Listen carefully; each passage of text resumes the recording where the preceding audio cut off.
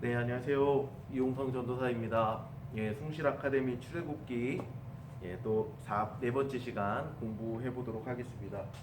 우리가 지난주까지 6장을 이렇게 공부를 해봤는데요. 6장까지 이렇게 6개의 장 제목을 외워봤습니다. 이 강의의 목적은 거듭 말씀드립니다만은 40장 전체의 장 제목을 외우고 출애굽기를 전체 구조적으로 개관하는 것이 이제 이 스터디의 목적입니다. 그래서 하나하나 쌓여가니까요. 까먹지 마시고 여러 번 반복 기록해 보시고 공부해 주시기를 부탁드리겠습니다. 오늘도 역시 성경책을 펼쳐 주시고 또 예쁜 색깔펜도 준비해 주셔서 저와 함께 줄을 치면서 성경을 보도록 하겠습니다. 오늘은 좀 많은 분량을 할 겁니다. 7장부터 12장까지 한 번에 볼 건데요. 간략하게 7장부터 12장까지 이렇게 박스를 치시고 이 전체 내용을 한번 보려고 합니다. 출애굽기에서 출애굽기 7장부터 12장까지는 어떤 하나의 덩어리, 하나의 큰 덩어리 이야기 주제가 나오는데 그게 뭐냐? 10가지 재앙이에요. 10가지 재앙의 이야기들이 7장부터 12장까지 쭉 나옵니다. 그래서 오늘은 각 장에 어떤 재앙들이 등장하는지를 살펴보고 아주 간략하게만 그냥 보도록 하고요. 여러분들은 7장부터 각 장에 등장하는 재앙들을 앞글자만 따서 이렇게 외우셔도 되고 외우는 거를 첫 번째 목표로 한번 진행을 해보도록 하겠습니다. 첫 번째 7장에 등장하는 재앙은 피재앙이에요. 우리 너무 잘 아시죠? 자, 1절 7장 1절 한번 여러분 줄 치면서 한번 보시면요. 여호와께서 모세에게 이르시되 볼지어다 내가 너를 바로에게 신같이 되게 하였은즉 내 형 아론은 내 대언자가 되리니. 자, 하나님께서 모세에게 뭐라고 말씀하시냐면 내가 너를 바로에게 신처럼 되게 해주겠다라고 말씀하세요. 바로가 모세 너를 볼 때 사람이 아니라 신처럼 보게 해주겠다 이렇게 말씀하시죠. 그래서 여기 이제 7장 1절에 사실 이 출애굽기 열재앙을 푸는 어떤 키워드가 들어있는데요. 그건 신이라는 단어예요. 하나님께서 여기 너를 신처럼 되게 해주시겠다 라는 말이 나오잖아요. 사실 10가지 재앙이 쭉 나오는데 출애굽기를 연구하는 학자분들의 의견에 따르면 이 10가지 재앙은 그냥 그 자연 뭐 피, 개구리, 뭐 이재앙, 파리재앙 뭐 이런 것들이 있는데 그 자연물에 대한 하나님의 어떤 재앙 심판이라기보다도 이거는 이집트의 신들을 공격하고 이집트가 섬기고 있던 우상들에 대해서 심판하는 내용이다 이렇게 이야기를 합니다. 그래서 피가 변하는 재앙이 첫 번째 재앙이죠. 쭉 넘어가서요. 16절 한번 보면서 줄 치겠습니다. 그에게 이르기를 히브리 사람의 하나님 여호와께서 나를 왕에게 보내어 이르시되 내 백성을 보내라. 그리하면 그들이 광야에서 나를 섬길 것이니라 하였으나 이제까지 네가 듣지 아니하도다. 19절도 여러분 줄 치세요. 여호와께서 또 모세에게 이르시되 아론에게 명령하기를 내 지팡이를 잡고 내 팔을 애굽의 물들과 강들과 운하와 못과 모든 호수 위에 내밀라 하라. 그것들이 피가 되리니 애굽 온 땅과 나무 그릇과 돌 그릇 안에 모두 피가 있으리라. 20절도 줄 치겠습니다. 모세와 아론이 여호와께서 명령하신 대로 행하여 바로와 그의 신하의 목전에서 지팡이를 들어 나일강을 치니 그 물이 다 피로 변했다. 나일강물이 피로 변했다는 거죠. 나일강은 이집트 사람들이 생각하는 어떤 풍요의 기원이었어요. 나일강물이 잘 흘러져야 농사도 잘 되고 또 범람으로 따라서 범람함으로 인해서 이게 토지가 비옥해지고 이랬거든요. 근데 하나님이 이집트가 섬기고 있었던 애굽이 섬기고 있었던 이 나일강 신을 공격하시고 무력화시키시는 장면이 바로 이 피재앙입니다. 자, 8장에는요 3가지 재앙이 나오는데요. 첫 번째는 개구리, 그다음 이재앙, 그다음 파리재앙입니다. 그래서 이게 1번 재앙, 2번 재앙, 3번 재앙, 4번 재앙 되겠죠? 그래서 개구리 2재앙 8이재앙 나옵니다. 보면서 줄치겠습니다. 8장 1절 또 줄치겠습니다. 여호와께서 모세에게 이르시되 너는 바로에게 가서 그에게 이르기를 여호와의 말씀에 내 백성을 보내라 그들이 나를 섬길 것이니라. 이 말씀이 또 한번 나오고요. 그리고 쭉 가서 보면요. 15절 말씀 볼까요? 15절 말씀을 줄치겠습니다. 그러나 바로가 숨을 쉴 수 있게 됨을 보았을 때에 그의 마음이 완강하여 그의 말을 듣지 아니하였으니 여호와께서 말씀하신 것과 같더라. 개구리 재앙이 일어나고 바로가 조금 돌이키는 듯 했지만 그가 다시 숨을 쉴 수 있고 살만해지니까 다시 마음을 완악하게 했다는 것. 이거는 사실 열재앙 하면서 계속해서 반복되는 주제죠. 바로의 마음이 완악해졌다는 것. 그런데 요 두 번째 재앙까지는, 요 피재앙과 개구리 재앙까지는 이집트의 요술사들도 따라한다고 이 성경이 이야기하고 있습니다. 그런데 세 번째 이 재앙부터는 이제 요술사들이 따라하지 못해요. 18, 19절 줄치면서 따라오겠습니다. 요술사들도 자기 요술로 그같이 행하여 이를 생기게 하려 하였으나 못하였고 이가 사람과 가축에게 생긴지라. 요술사가 바로에게 말하되 이는 하나님의 권능이니이다 하였으나 바로의 마음이 완악하게 되어 그들의 말을 듣지 아니하였으니 여호와의 말씀과 같았더라. 이 재앙부터는 애굽의 요술사들이 따라하지 못하는, 그래서 애굽의 요술사들이 이는 하나님의 권능입니다라고 고백하는 그런 장면이 나오죠. 세 번째 재앙은 이 재앙이었고요. 네 번째 재앙은 파리 재앙인데요. 한 장 넘기셔서 파리 재앙은 어떻게 일어났나 보겠습니다. 22절에 줄치겠습니다. 그날에 나는 내 백성이 거주하는 고센 땅을 구별하여 그곳에는 파리가 없게 하리니 이로 말미암아 이 땅에서 내가 여호와인 줄을 내가 알게 될 것이라. 파리 재앙에는 좀 특별한 게 나오는데요. 이스라엘 백성들이 거주하고 있었던 고센 땅을 구별했다는 기사가 나오죠. 그래서 파리 재앙에서는 하나님이 특별히 고센 땅을 구별하신 사건이 등장합니다. 이렇게 8장에는 개구리 재앙과 이 재앙과 파리 재앙이 간략하게 나오고요.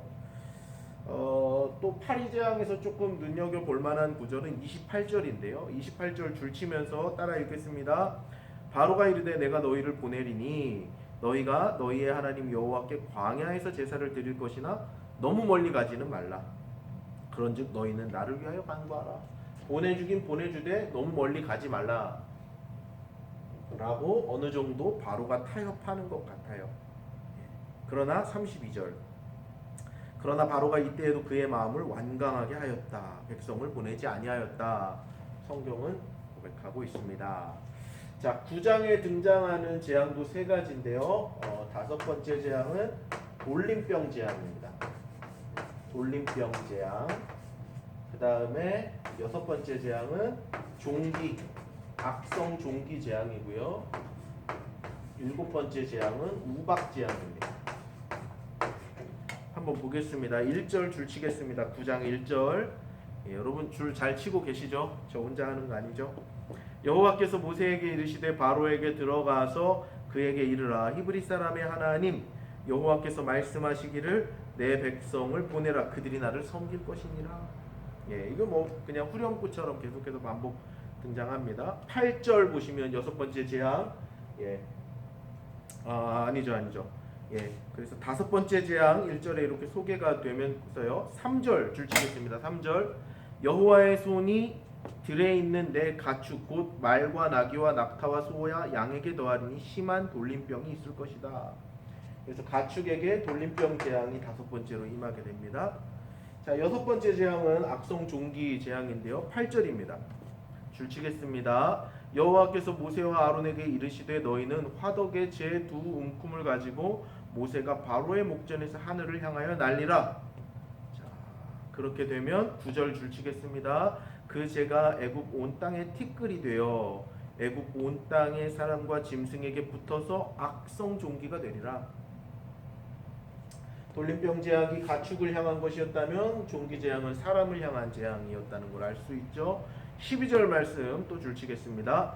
그러나 여호와께서 바로의 마음을 완악하게 하셨으므로 그들의 말을 듣지 아니하였으니 여호와께서 모세에게 말씀하신 같았더라. 바로는 여전히 완악한 마음을 돌이키지 않고 있습니다. 일곱 번째 재앙은 우박의 재앙입니다. 우박 재앙인데요. 또 뭐 이렇게 13절 같은 부분 보면은 또 후렴구처럼 반복되는 것이 나오는데요. 자, 22절부터 24절까지 전체 줄을 치면서 같이 읽겠습니다. 22절과 24절입니다. 여호와께서 모세에게 이르시되 너는 하늘을 향하여 손을 들어 애굽 전국의 우박이 애굽 땅의 사람과 짐승과 밭의 모든 채소에 내리게 하라. 모세가 하늘을 향하여 지팡이를 들매 여호와께서 우레소리와 우박을 보내시고 불을 내려 땅에 달리게 하시니라. 여호와께서 우박을 애굽 땅에 내리심에 우박이 내림과 불덩이가 우박에 섞여 내림이 심히 맹렬하니 나라가 생긴 그때로부터 애굽 온 땅에는 그와 같은 일이 없었더라. 이집트 땅에 전무후무한 재앙이죠. 우박과 불이 같이 내리는 재앙이 이제 일곱 번째 재앙으로 이렇게 내려지고 있습니다. 26절 줄치겠습니다. 중요한데요. 이스라엘 자손들이 있는 그곳 고센 땅에는 우박이 없었더라. 여기도 역시 이제 고센 땅, 아까 파리 재앙에서 구별한 그 땅이죠. 예, 이스라엘 사람들이 살던 곳에는 우박이 내리지 않았다라는 이런 보도를 하고 있습니다. 일곱 번째 재앙인 우박 재앙이 소개가 되고 있어요. 27절 보겠습니다. 줄치겠습니다. 바로가 사람을 보내어 모세와 아론을 불러 그들에게 이르되 이번은 내가 범죄하였노라. 여호와는 의로우시고 나와 나의 백성은 악하도다. 어느 정도 죄를 깨닫고 해야 이렇게 회개하는 듯하지만 우리가 잘 알죠. 35절에는 또 마음이 완악해서 보내지 않았다라고 기록하고 있습니다. 예. 그래서 일곱 번째 재앙까지 살펴보았습니다. 10장에는요 두 가지 재앙이 등장하는데요. 여덟 번째 재앙이 메뚜기 재앙입니다. 그리고 아홉 번째 재앙이 흑암 재앙입니다. 한번 보겠습니다. 10장 7절 보겠습니다. 메뚜기 재앙 일어나니까 5절부터 볼까요? 5절 보니까 메뚜기가 지면을 덮어서 사람이 땅을 볼 수 없을 것이라 이렇게 예고를 하시죠. 메뚜기가 내게 남은 그것 곧 우박을 면하고 남은 것을 먹으며 너희를 위하여 들에서 자라나는 모든 나무를 먹을 것이다. 메뚜기 대항이 예고되자 7절 줄치겠습니다. 바로의 신하들이 그에게 말하되 어느 때까지 이 사람이 우리의 함정이 되리이까 그 사람들을 보내어 그들의 하나님 여호와를 섬기게 하소서. 왕은 아직도 애굽이 망한 줄을 알지 못하시나이까 하고.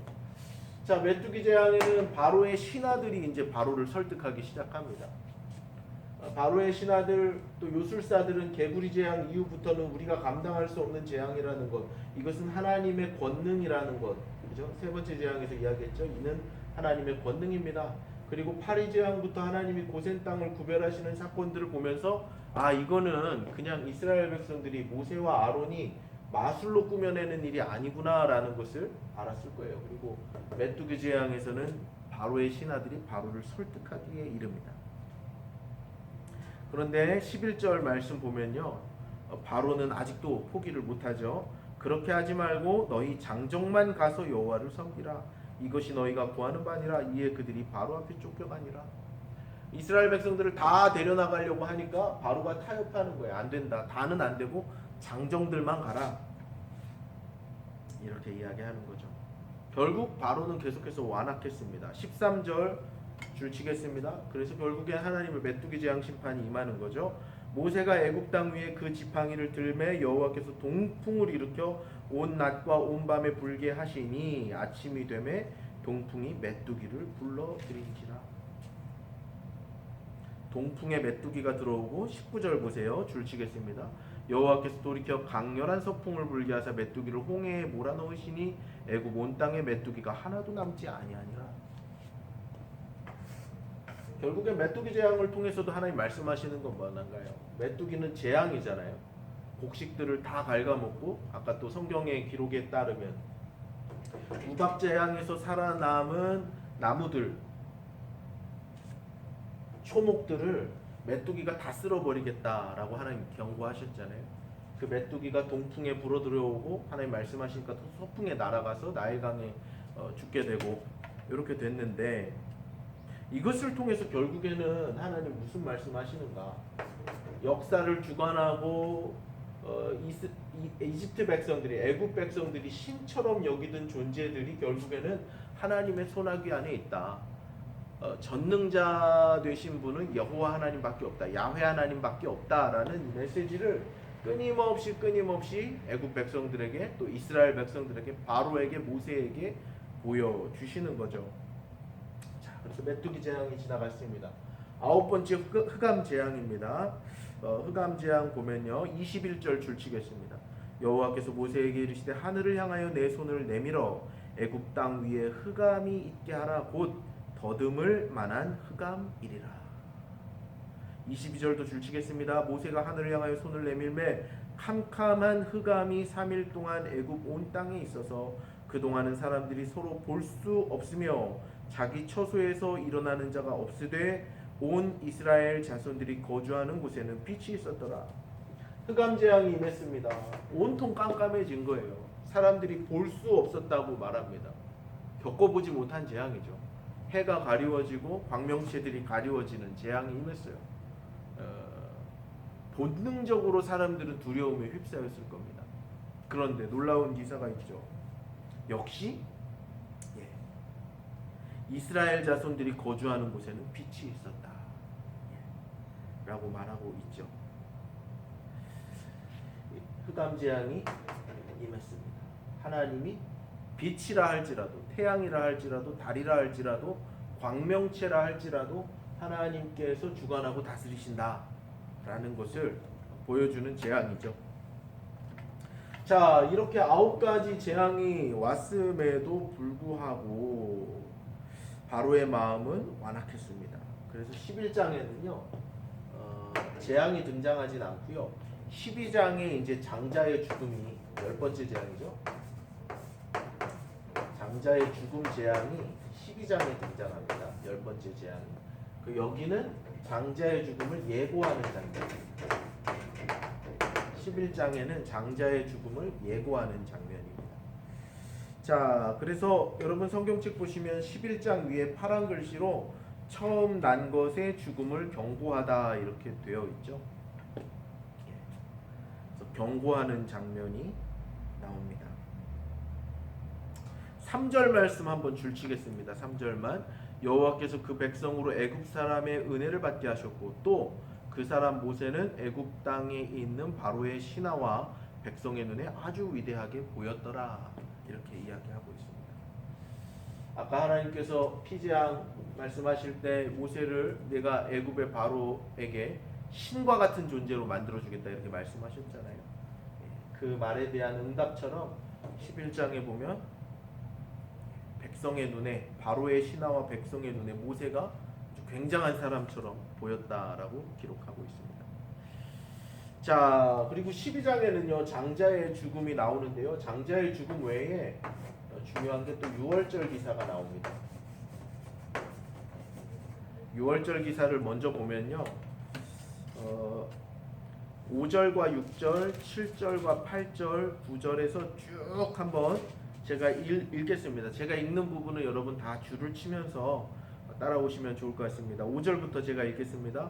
너희 어린 양은 흠없고 일련된 수컷으로 하되 양이나 염소 중에서 취하고 이달 열 나흔 날까지 간직하였다가 해질 때에 이스라엘 회중이 그 양을 잡고 그 피를 양을 먹을 집 좌우 문설주와 임방에 바르고 그 밤에 그 고기를 불에 구워 무교병과 쓴나물과 아울러 먹되 날 것으로나 물에 삶아서 먹지 말고 머리와 다리와 내장을 다 불에 구워 먹고 아침까지 남겨두지 말며 아침까지 남은 것은 곧 불사르라.